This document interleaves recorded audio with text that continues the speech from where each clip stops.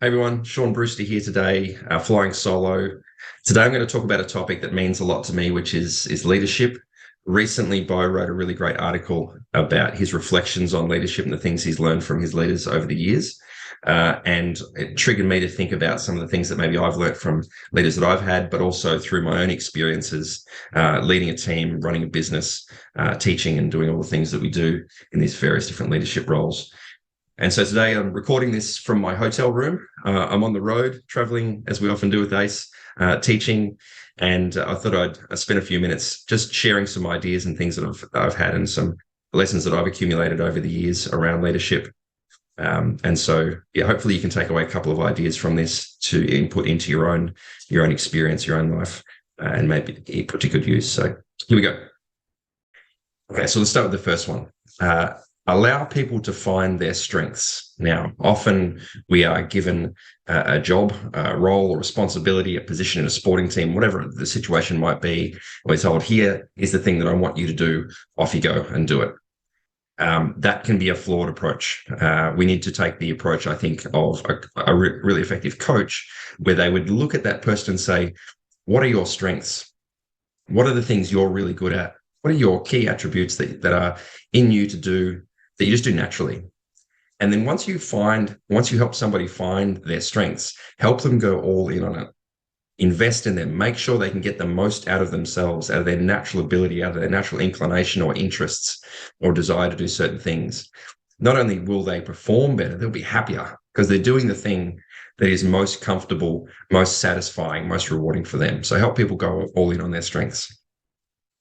The other one is, and this is definitely a situation that I've been put in many times and have learned through this experience it's just so true, which is give people the trust and opportunity to take on something more than they think they are capable of. And I say this is a relevant one for me because I've been given these opportunities so many times where somebody said, here's the thing I'd like you to do. And I've looked at it and gone, you are kidding. That is way beyond my ability or what I think I can do. They've put their faith in me, gone, okay, let's do it. Let's go for it. And through that experience, I have learned so much and developed so much confidence and knowledge of what I can do. And not because I have exceptional skills or knowledge in something, but because I was, for want of a better term, forced to try something beyond what I thought I was capable of. And I think as a leader, this is a really, really important one to help people do, like to see where they see their limitation and then pick a spot a bit beyond that and allow them to try that out.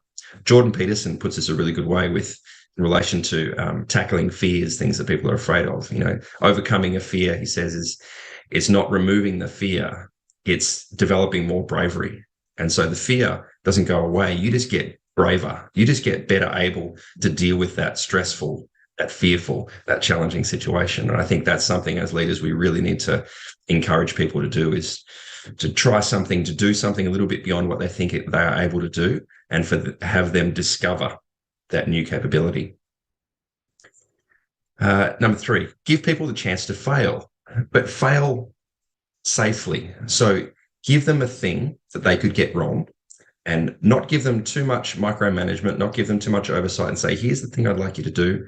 Here's some parameters. We're going to make sure it's relatively, appropriate for them to do it, of course, but then off you go.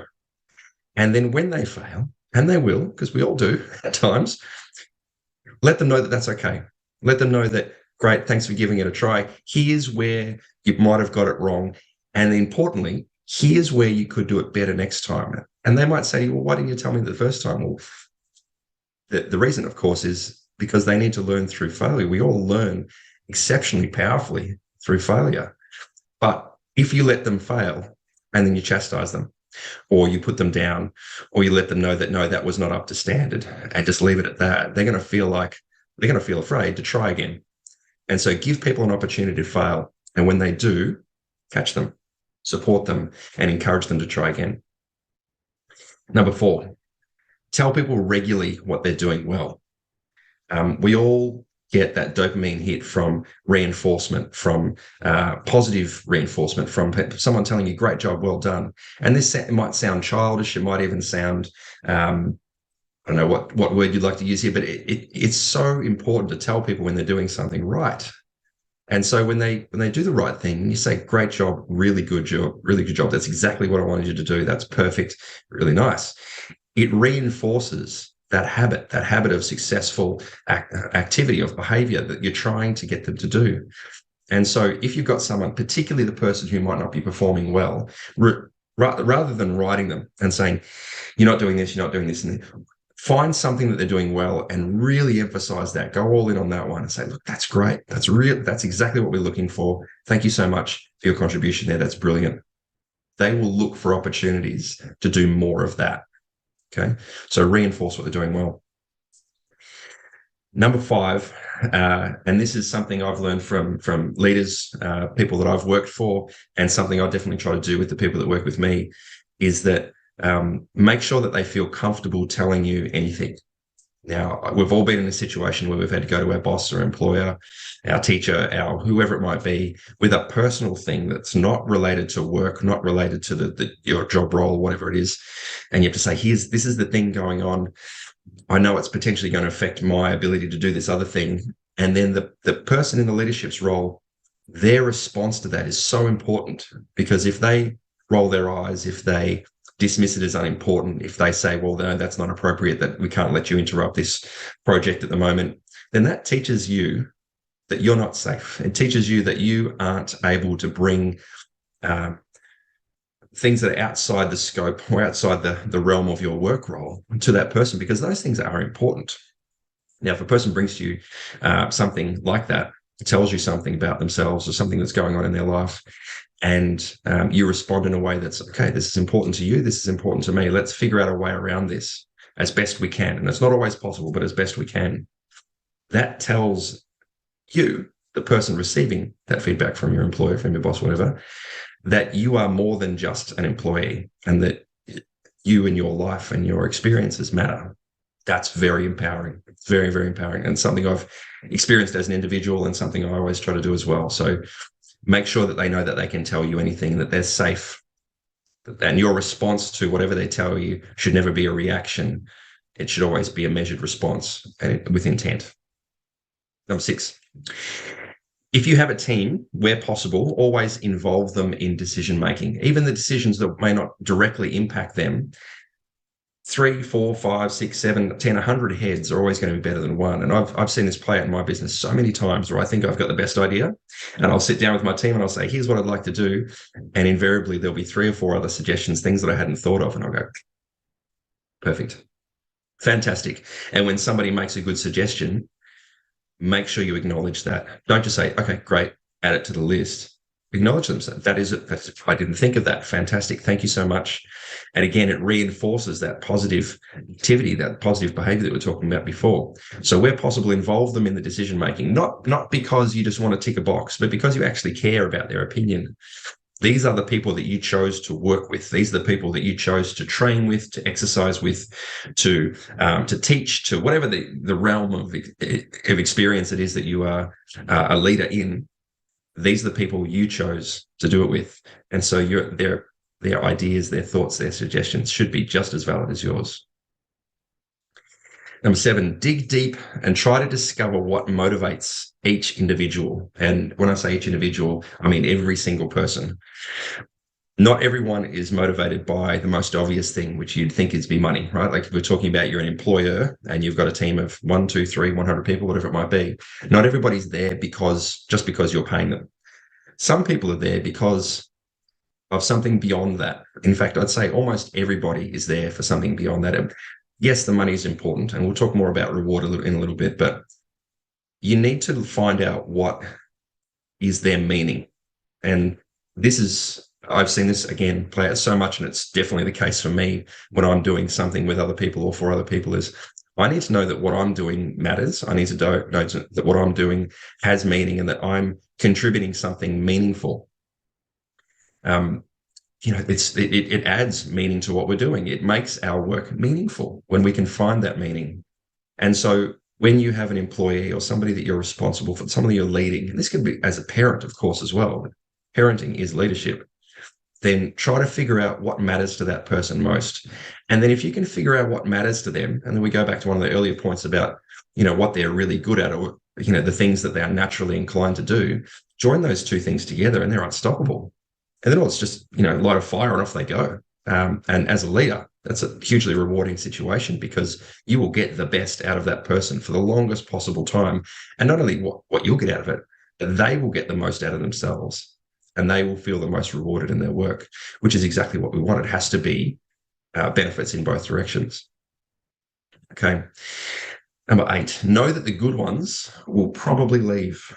This is the hard learned lesson for so many, particularly business owners who are investing a lot of time and effort in building their team, the people that work with them or for them, and only to have the person in 6 months, 12 months, 5 years, whatever, down the track turn around and say, thanks so much for this opportunity. It's been great.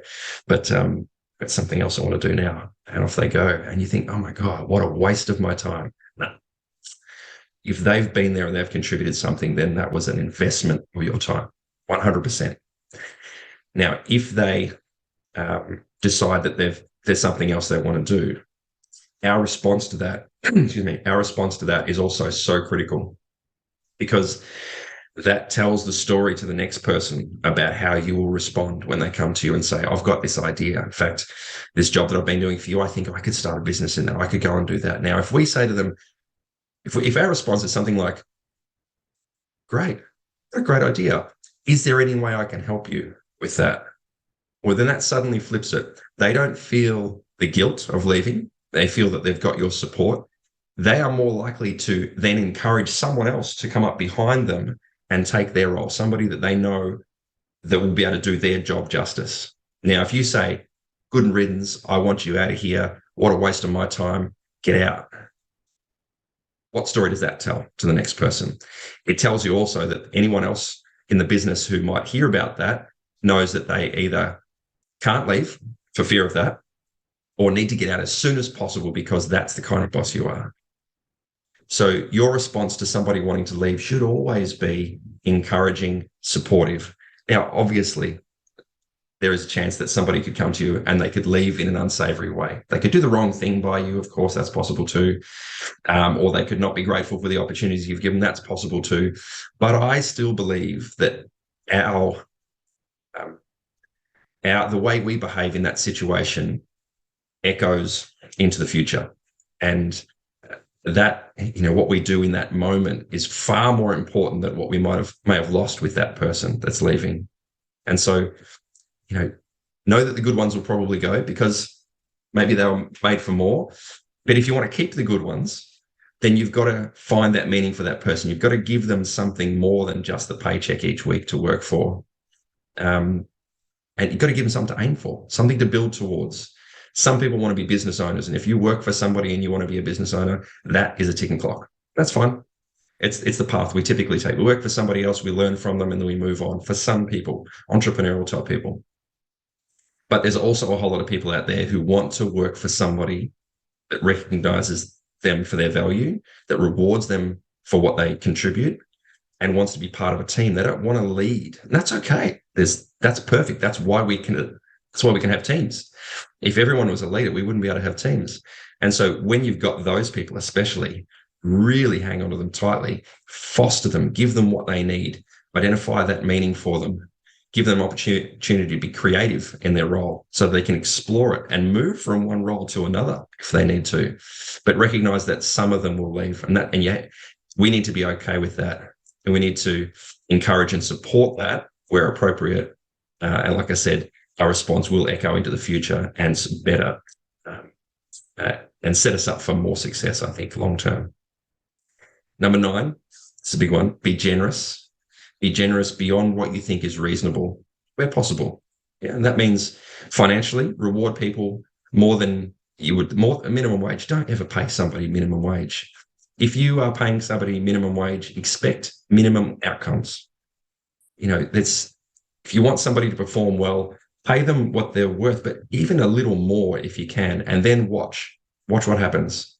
They're expecting this much, you give them a little bit more, and then watch. Either they will rise to that standard, they will demonstrate their value, and then the cycle is complete. And then you're like, yes, we are where we need to be. And then you can go up from that. Or they'll recognize that you're too generous, take advantage of that, and you'll see that too.